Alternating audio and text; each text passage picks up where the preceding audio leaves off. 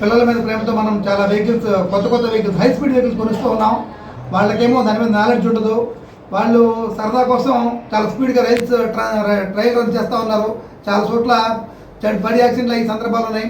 అందువల్ల ప్రతి ఒక్కరు కూడా పేరెంట్స్కి తెలియజేసేది ఏంటంటే ఎట్టి పరిస్థితుల్లో హై స్పీడ్ వెహికల్స్ కొనిచ్చినప్పటికి కూడా వాళ్ళకి చెప్పి పంపించండి. వాళ్ళకి లైసెన్స్ ఉండట్లేదు. అదేవిధంగా ఒకళ్ళు కాదు, దాని మీద ఒకళ్ళు ముగ్గురు నలుగురు ప్రయాణం చేస్తూ ఉన్నారు. ట్రిపుల్ రైడ్ కూడా కంట్రోల్ చేయలేరు. అందువల్ల ప్రతి ఒక్కరు కూడా తెలియజేసుకుంది ఏంటంటే ఆటోలు అవనివ్వండి, మోటార్ సైకిల్స్ అవనివ్వండి, వెహికల్స్ అవనివ్వండి, ఎక్కడైనా సరే ట్రిపుల్ రైడ్ చేయొద్దు. 100% ట్రిపుల్ రైడ్ యాక్సెప్ట్ చేయము. అదేవిధంగా సెల్ ఫోన్ డ్రైవింగ్ టౌన్లో చాలా ఎక్కువైపోయిందండి. ప్రతి ఒక్కళ్ళు వెహికల్స్ వెళ్తూనే ఉన్నారు, ఫోన్ మాట్లాడకుండా సింగిల్ డ్రైవింగ్ చేసుకుంటూ ఉన్నారు. ఇక రేపటి నుంచి అయితే ఎట్టి పరిస్థితుల్లో ఉపేక్షించడం అందరికీ తెలియపరుస్తున్నాం. మాతో పాటు అందరూ కూడా జిల్లా మొత్తం కూడా లా అండ్ ఆర్డర్ దీని మీద యాక్షన్ తీసుకోవడం జరుగుతుంది. ట్రిపుల్ రైడ్ అవనివ్వండి, అదేవిధంగా సెల్ ఫోన్ డ్రైవింగ్, ఈ సైలెన్సర్లు కూడా చాలా తగ్గినాయి, ఇంకా ఉన్నాయి.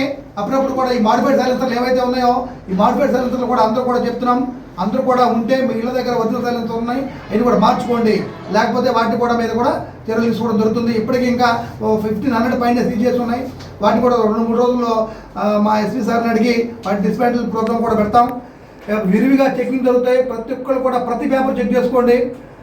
వాహన చట్టాన్ని అంటే ఏదైతే కొత్త రూల్స్ వచ్చినాయో దాన్ని ప్రతి ఒక్కరు కూడా ఏం చేయాలి, ప్రతి ఒక్కరు కూడా తెలుసుకుని దాని ప్రకారం నడుచుకోండి. ఎలా చిన్న అఫెన్స్కి కూడా మీరు గురి కావద్దు, అందరూ హ్యాపీగా ఉండాలని చెప్పేసి మనస్ఫూర్తిగా కోరుకుంటున్నాం.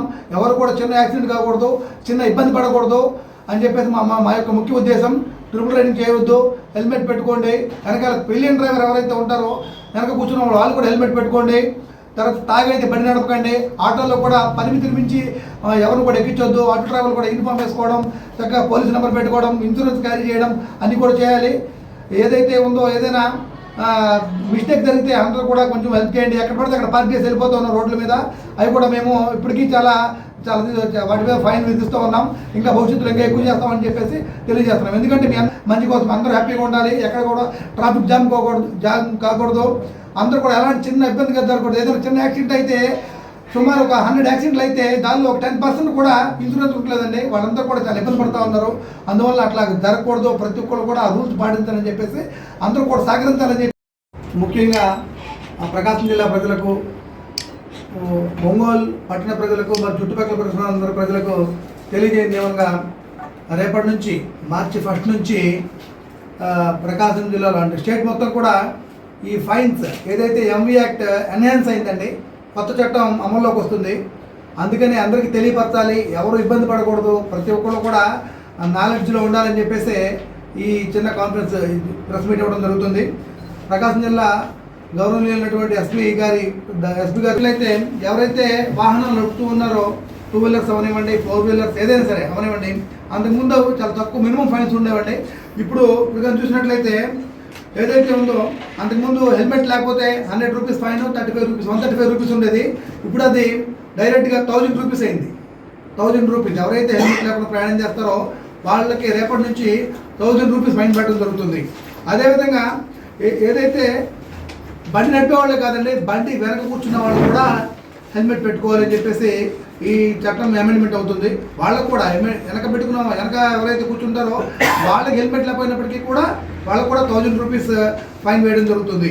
అదేవిధంగా లైసెన్స్ వితౌట్ లైసెన్స్ అనేది ఎవరికైతే లైసెన్స్ లేకుండా బండి నడుపుతారో వాళ్ళకి రేపటి నుంచి 5000 ఫైన్ వేయడం జరుగుతుంది. 5000 అనౌన్స్ అయిందండి.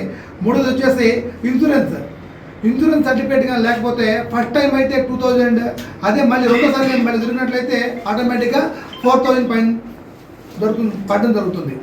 ఆ పొల్యూషన్ లేకపోతే 1500 పడడం జరుగుతుంది. ఇంకా చూసినట్లయితే డేంజరస్ డ్రైవింగ్ అంటాం.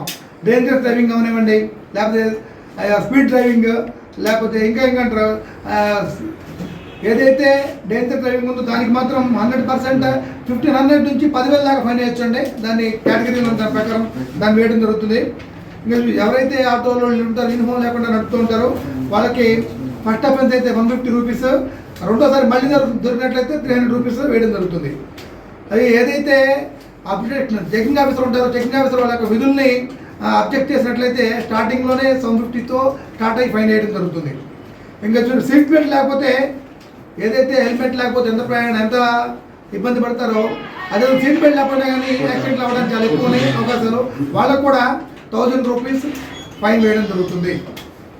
ఏదైతే ఇంకా రేసింగ్ ట్రయల్ స్పీడ్ అంటారో, చాలామంది పిల్లలు తెలియక లైసెన్స్ లేకుండా పేరెంట్స్ ప్రేమతో బళ్ళు కొనుస్తూ ఉంటారు. వాళ్ళు ఆనందం కోసం నాలెడ్జ్ లేకుండా రేసింగ్ ట్రయల్ స్పీడ్ నడుపుతుంటారు. వాళ్ళకు కూడా 5000 నుంచి 10,000 వరకు ఫైన్స్ వేయమని చెప్పేసి ఆర్డర్స్ వచ్చి ఉన్నాయండి. తర్వాత ఓవర్ స్పీడ్ కూడా 1000 రూపీస్ ఉన్నాయి. ట్రిపుల్ ఐడి కూడా 1000 రూపీస్ ఉన్నాయండి. ఈ విధంగా రేపటి నుంచే ఈ కొత్త చట్టం అమల్లోకి వస్తుంది. అందరూ కూడా గమనించాలి, అందరూ కూడా తెలుసుకోవాలి. ఎవరు కూడా ఈ ఫైన్స్ బారిన పడవద్దు. మనతో పాటు మన యొక్క ఎదురు వ్యక్తులు కూడా హ్యాపీగా ఉండాలి. అందరూ కూడా చట్టాన్ని గౌరవించాలి, చట్టాన్ని తెలుసుకోవాలి. అందరూ కూడా మా ప్రకాశం ట్రాఫిక్ పోలీస్ మొత్తానికి పోలీసులు అందరూ కూడా సహకరించాలని చెప్పేసి మనస్ఫూర్తిగా కోరుకుంటున్నాం సార్. Thank you sir.